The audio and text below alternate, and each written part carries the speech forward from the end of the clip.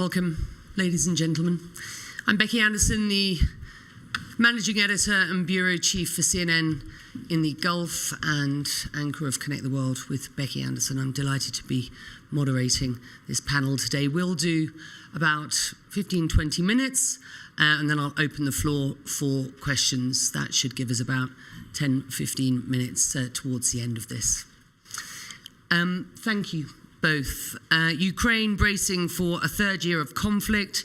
Just this morning, Russia initiated a total of 10 attacks on various targets across the country, resulting in dozens of injuries. By most assessments, this war is at a, and I quote here, stalemate, a sentiment echoed by the head of Ukraine's armed forces. On Tuesday, President Zelensky here passionately appealed to those gathered not to allow the conflict to become a, quote, frozen one, cautioning that any frozen conflict could reignite, stealing even more years of peace from the nation. Yet with many capitals turning inwards in 2024 in what is the biggest electoral year in history and various geopolitical challenges diverting the attention of policymakers, will Western unity on Ukraine endure, and will the country receive the necessary military support to persevere? And what are the prospects for peace, if any? I'm joined this afternoon by Lord David Cameron, the Secretary of State for Foreign, Commonwealth and Development Affairs of the United Kingdom, and Dmytro, who is the Minister of Foreign Affairs in Ukraine. Thank you both very much indeed for joining us. Foreign Minister Kuleba, we heard a passionate plea from President Zelensky here and a very clear warning from the President about Putin's objectives. How worried are you about the prospects at present and about Western support for Ukraine fracturing? Well, we are at war, and we just cannot allow ourselves to be worried. We have to remain focused. If we face a problem, we have to fix it. If we face hesitation, we have to convince. I don't think it's fair to say that the support is being fractured. Actually, the most recent visit of Prime Minister Sunak to Ukraine and the agreements reached between in the course of this visit demonstrate how committed and unwavering support is. Yes, there are still discussions in the United States Congress, but these are not discussions on Ukraine as such. This is the discussion on the border, on the southern border of the United States, and Ukraine, Israel, and Taiwan are just part of the piece of legislation that is being discussed. So, I keep saying, and I will repeat it once again, and we mean it when we say it, pessimists do not win wars. You have to be optimists. You have to find solutions instead of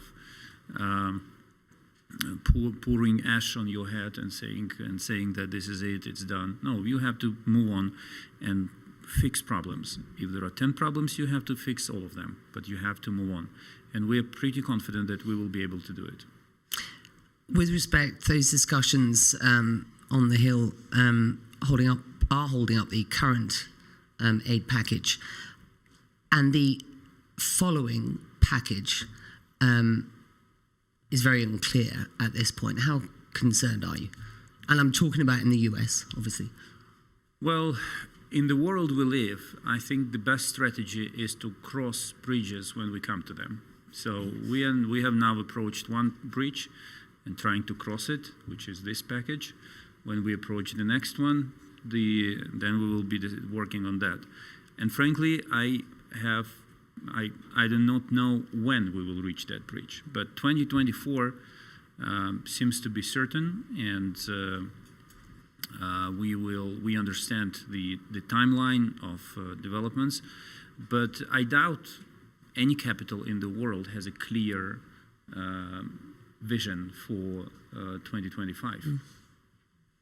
Foreign Secretary Cameron, what's your sense of whether Ukraine will receive the military support it needs to turn the tide in its favour this year?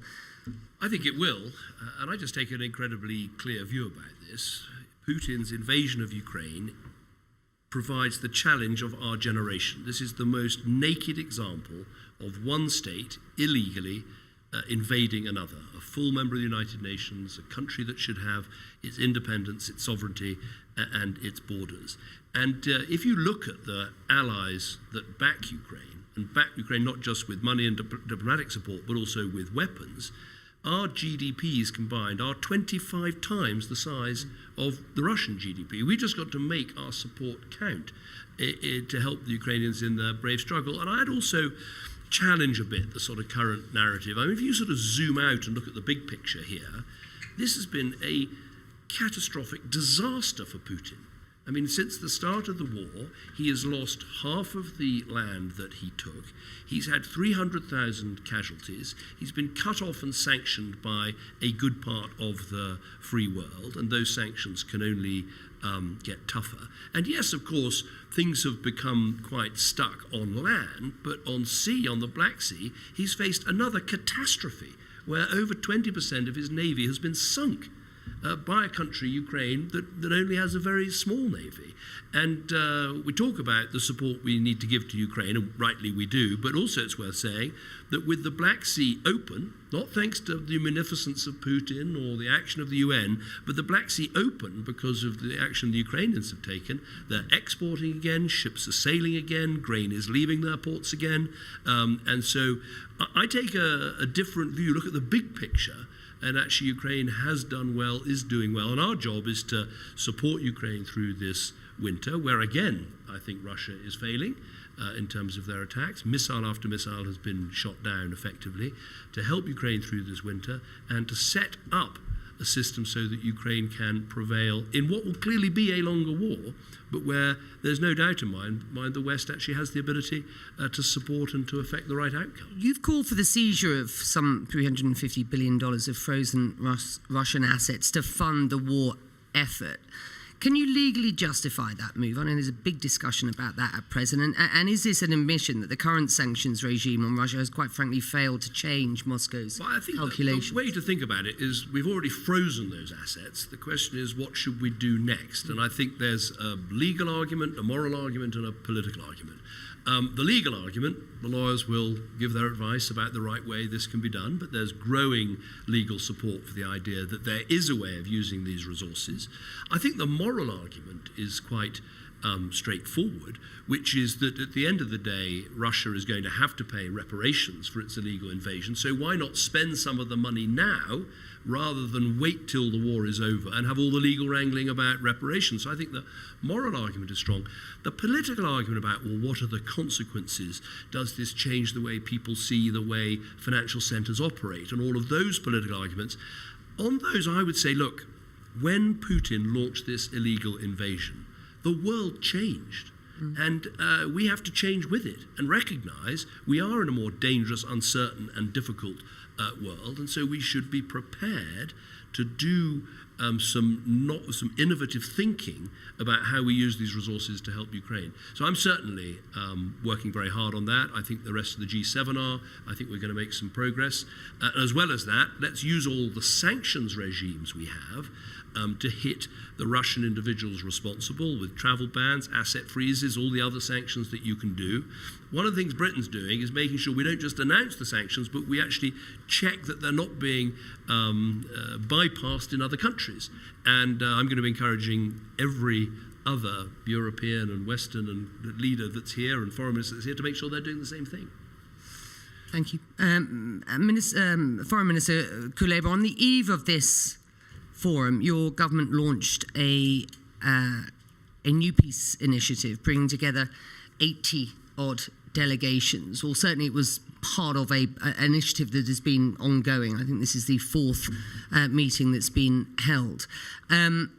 Notably, a lot more from the Global South were in attendance amongst those 80. China didn't participate. Of course, Russia wasn't there. As talks with Russia have been declared illegal by President Zelensky, given the significant and worrying current narrative about whether or not there will be as much, if any, support for Ukraine, particularly out of the US, going forward, How long do you think you have to end this war, and what are the prospects of peace at this point from Ukraine's perspective? Can you share more detail on what that peace proposal looks like? Well, less than a year ago, the first meeting of national security advisors on Ukraine's peace formula took place in Copenhagen, Denmark, and it brought together 15 participants. The fourth meeting brought together 83. And in the meantime, a lot of things happened in the world. And we heard so many discussions about destruction, about fatigue, about the different kind of defeatist voices. But we see that the actual dynamics in engaging countries from all over the world into the Ukrainian plan is very positive. And I think we are setting a precedent here where the terms of peace are being defined by a country whose peace was broken by an invader. It's not the invader who imposes his peace terms on the victim.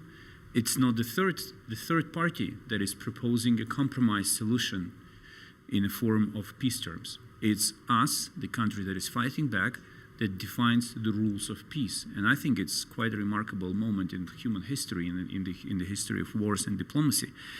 And there are 10-point plans, and by the way, 10 points in this plan, and by the way, one of them is accountability. And accountability implies the tribunal and paying for the damage inflicted. And And the most important part of this peace plan is, of course, restoring territorial integrity of Ukraine. So when we hear arguments coming from some experts or thinkers that maybe it's worth freezing the conflict, our response is, we need frozen assets, not frozen conflict. This is the way forward. This is the way forward to send a clear message to everyone in the world that if you dare to break rules, you're going to pay. If we don't send that message, if we don't make it very clear, the number of conflicts, interstate conflicts and tensions across the globe will be growing. And I think and the price of fixing them will be much higher than the price of helping Ukraine. And I think this is one of the motivations that brings all these countries at the table, because they realize the consequences of not participating in an effort to restore peace on just terms. The next step will be summit, and President Zelensky agreed with President of Switzerland to begin working on organizing the first summit here in Switzerland, actually. And there is a lot of diplomatic work. We will be coordinating with the United Kingdom, and I guess David and I will be working a lot on making it success, because this success is important not just for peace in Ukraine, but for global peace. David? I think that's right. I mean, you get peace through being strong. I think that it's always worth remaking the point that when Ukraine had its referendum in 1991, every single part of Ukraine, including Crimea, including the Donbass, voted to be independent, to be one Ukraine. And I think the job of allies is to back Ukraine in this struggle and to allow them to work out the agenda for when they want to do more work on peace and settlements and all the rest of it. I sometimes say to other foreign ministers, if you say, let's support Ukraine and also let's promote a new peace process, you won't get either of those things. If you support Ukraine, you may well get the second thing. But that's what we need to do now. And as I say, I think that, I think we should think about the next year as one in which Ukraine, with this support, can actually grow stronger economically, diplomatically, militarily. That should be the aim, and that will make peace more likely. I think that is the way to think about it. And as Dmytro says, this is not just about Ukraine's security. This is fundamentally about European security, but also about American security too. I mean, history demonstrates to us that if you appease an aggressor in Europe, the aggressor comes back for more. And when the aggressor comes back for more, the price you eventually pay in your own troops and in the cost to your own country, the price gets higher and higher. And I think that's the argument we need to make in the United States. Obviously, they've got some big political arguments taking place there. But fundamentally, there is a majority in Congress for this support. We just need to find it and make sure it votes for it. Which brings me to my next question, Foreign Minister Kuleba. Your president concedes that one of the things that splits support for Ukraine in the US is elections, and the fact that in Ukraine elections, certainly presidential elections, are unlikely. Does that worry you that voices on the hard right in the US are trying to tie further support to what they see as the need to show that this is a democratic process in action? Are you confident that you will still be around as well, should there be a vote ultimately, governmental and presidential? It's always remarkable to hear far-right caring for democracy, especially in a foreign country. But I think the good news is that they seem to have run out of arguments if they resort to this one.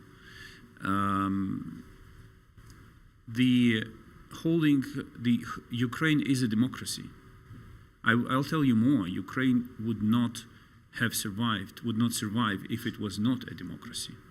It's our democratic nature and the way our country is organized that helped us to repel the aggression, the Russian invasion, and save the state. We are a democracy. We will remain a democracy. We have pretty strict rules in the Constitution on holding elections during the wartime. We have a wartime reality. For example, as foreign minister, I'm in charge of the vote abroad. And depending on whose data you find credible, from 5 to 10 million Ukrainians who became refugees abroad will have to vote. It's technically, at this point, it's just technically impossible to organize a proper vote for them and let them express their will.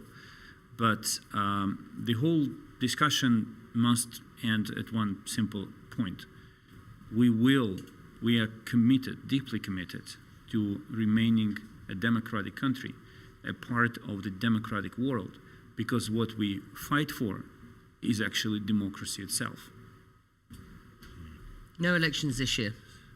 Well, I'm not the one who's making decisions. I will, if I have to go and vote, I will. If I have to organize the vote under the circumstances I described, I will organize them. But I asked all countries with huge Ukrainian communities about the legal and technical framework for organizing elections, and some responses came were that we can organize a vote only on the premises of our diplomatic mission.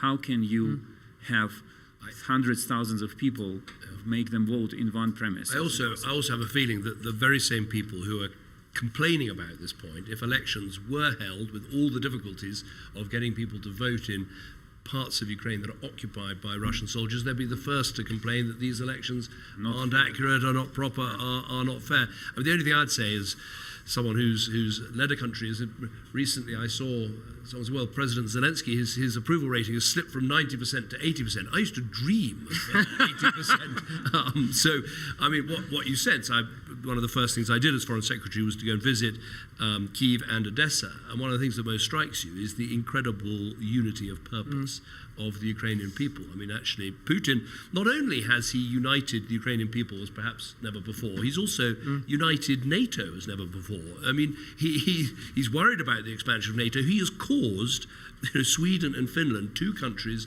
Sweden, by the way, has just announced it's doubling its defence budget. Two highly capable countries joining NATO and making it stronger. Ukraine, clearly at the top of your box. It was your first trip out of the gate as soon as you took this job recently. I must ask, because I think it would be remiss of me not to ask, given that we're talking elections, UK likely to go to the polls by the end of the year. You care passionately about Ukraine, and as I say, it's clearly at the top of your box. Do you have any confidence that you will be in place to drive that policy forward come this time next year? Well, we have an election year, and I'm absolutely sort of committed. I didn't join this government simply to be Foreign Secretary. I joined the government because I think we have a highly capable Prime Minister who leads a very strong team that's now got a growing economy, that is making, I think, important steps in the world with a vital domestic reform program. And I think we have every opportunity. So I've been around in politics for a while. I stood in 1997 when we lost an election very badly. This does not feel like that at all. It feels like we've got a very dynamic Prime Minister, a dynamic team with a very clear agenda, and crucially, the right values to help our country in a world that is troubled and difficult and uncertain and dangerous. And I think that core conservative value of security is the one that we need right now. And let's talk about that world, which is increasingly feeling frightening and dangerous. Your Cabinet colleague, Defence Secretary Grant Shapps, this week said, and I quote, "We find ourselves at the dawn of this new era. We've come full circle, moving from a post-war to a pre-war world." And he name-checks China, Russia, Iran, North Korea there. Do you agree with that assessment? And I have to ask, given what is going on in Gaza at present with that conflict and the evidence of spillover, significant spillover at this point, are you concerned that that is a distraction in support for Ukraine? You have called for a sustainable ceasefire, but not an immediate ceasefire. I mean, where do you stand on that? Of course, I mean, it's absolutely right. This is a very dangerous world. Not only have we got the Ukraine illegal invasion, you've got the situation in the Middle East, there are more wars taking place in Africa at the moment than we've seen for perhaps 40 years. But turning very directly to your question, look, we want this conflict to end as soon as possible. We don't want it to go on for a moment longer than necessary. And what I said very clearly yesterday, first of all, we need a immediate pause, an immediate humanitarian pause, so that we can get aid in and we can get hostages out. That is absolutely essential. And I think the really important question is there some way of turning that pause into the sustainable ceasefire that we want to see? Because it'd be much better if we didn't, after a pause, return to fighting, return to violence, return to destruction. But in order for that to happen, a number of things would have to happen. We'd have to see Hamas's leadership leaving Gaza. We'd have to see an end to the threat of rocket and terrorist attacks into Israel. We'd have to see a Palestinian Authority, perhaps bolstered with Palestinian expertise from elsewhere, perhaps including Gaza, helping to provide the governance and the services that people need. And of course, as part of that, you're going to need this longer-term horizon for how you see a historic settlement of the conflict between Israel and the Palestinians. But I think that should be the approach we try to take. Let's get this pause in place, get the aid in, get the hostages out, get that hostage negotiation done, and see if we can turn that into the sustainable ceasefire we all need to see. And the reason for using this word sustainable is, look, if you think you can just stop fighting and do nothing else, you'll never get a two-state solution, because you can't have a two-state solution with Hamas in Gaza able to launch rockets and terror attacks. And that's why it's so important that those conditions are put in place. Briefly, how big a distraction does it feel at present, the conflict in the Middle East, to sort of, eye on the ball when it comes to support for Ukraine? Well, we know better than anyone else that every war is a tragedy. And I really find it inappropriate to consider wars taking place in the world through the perspective of destructions. Destructions. So that's just not the way we think about it. When we meet with our partner governments, we feel that they are focused. Here in Davos, everyone is focused. Everyone wants both wars to end and peace to be restored. The world has capacity to handle conflict, numerous conflicts at the same time. We should not create the impression that the world does not have that capacity. And as David rightly mentioned, the combined GDP of the coalition that stands for Ukraine and for the world order is much, much, much bigger than Russia and its partners, or those who stand behind Hamas, including Russia. So we do have resources, we do have the capacity, we seem to have the will. What we have to do is to put the will into action. Questions? Yes, sir. Thank you. Thanks. Question for Lord Cameron. When you're having meetings at Davos at the moment and speaking to other world leaders, is what's happening at home with the Rwanda bill an embarrassment to Britain on the world stage? And just secondly, on asset seizures, where are most of the Russian assets frozen currently? And which of our partners do you most have to persuade on the points that you've made? On the second point, on the assets, I mean, we can get you the figures, but there's a substantial amount in the UK, but there's an even bigger amount in Europe, actually specifically in Brussels, because of what's tied up in Euroclear, but we can get you the statistics. And what I'd say... 180 billion. 180 billion.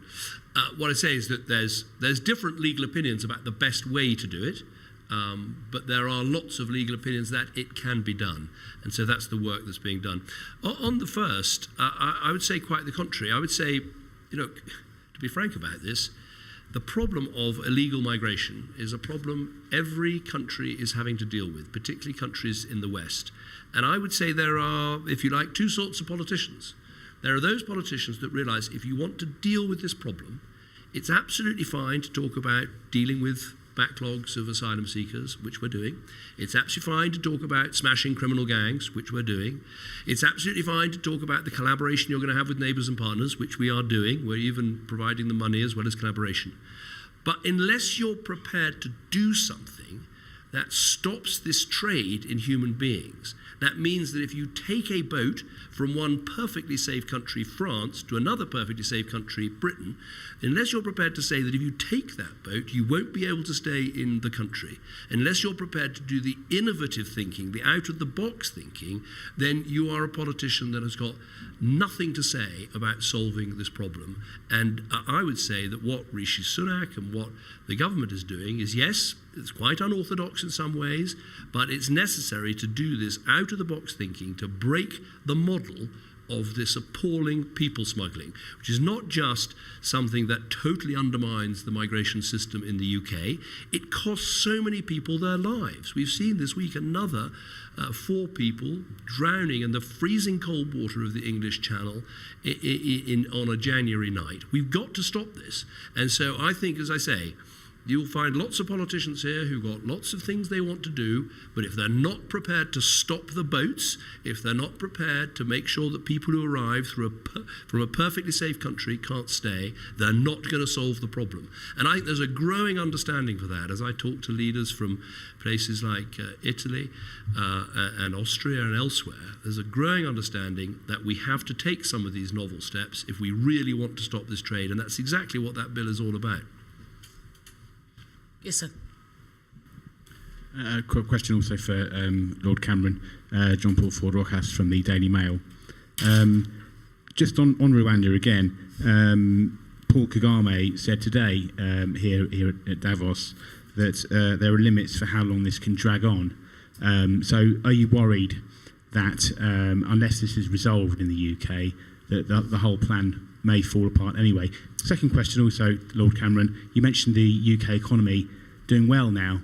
Do you admit that you were wrong back in 2016 to worry as much and warn as much as you did about what would happen to the UK economy after we left Brexit, and hasn't Brexit actually been a big success? First of all, on resolving the situation, look, the Rwanda bill will have its third reading tonight in Parliament. I'm confident it will be passed. We have signed this new treaty with Rwanda, which puts beyond doubt that there are no dangers of asylum seekers being sent back to the country from which they came if they genuinely are asylum seekers, the principle of refoulement. So I think that is important. And also in response to the Supreme Court judgment, there's a huge pack of information that's been published about actually what Rwanda is like as a country in terms of refugees. And I would just point out that Rwanda actually hosts schools that have relocated from Sudan. It hosts people that have relocated from Afghanistan. I think there are over 100,000 people who've claimed asylum who are living and working in Rwanda. But of course we want to see this resolved. That's what the bill, that's what the treaty, that's what the process is all about. As for life post-2016 and more particularly life post-November 2023 when I came into post, I'm very clear that, look, we made a decision as a country through a democratic referendum, which I promised a full 2 years before an election. We held that referendum. We abided by the result of that referendum. I've often said this, that the country's made its choice, and our job now is to make that choice work. And I think what we're demonstrating is that Britain is a country that is perfectly capable of making a relationship work where we are friends and neighbours and partners to the EU, and we can make a success of that. And I think actually our engagement with Ukraine is a classic example of this. I was delighted when in Ukraine that Britain was described really as the number one partner. And we do that in partnership with EU countries. But it's a good example, as it were, of how we are small enough to be nimble in our help for Ukraine and how we've got out in front of others and really done things that have helped. But we're also big enough to matter. You know, we are the 5th or 6th largest economy in the world. We have some of the finest defence forces in the world, one of the best diplomatic networks in the world, one of the biggest aid budgets in the world, which I'm responsible for. And we make those things count in our relationship with countries like Ukraine and in the way we work with the EU. Foreign Secretary David Cameron and Foreign Minister Kuleba, thank you very much indeed for joining us. Thank you. Thank you. Thanks.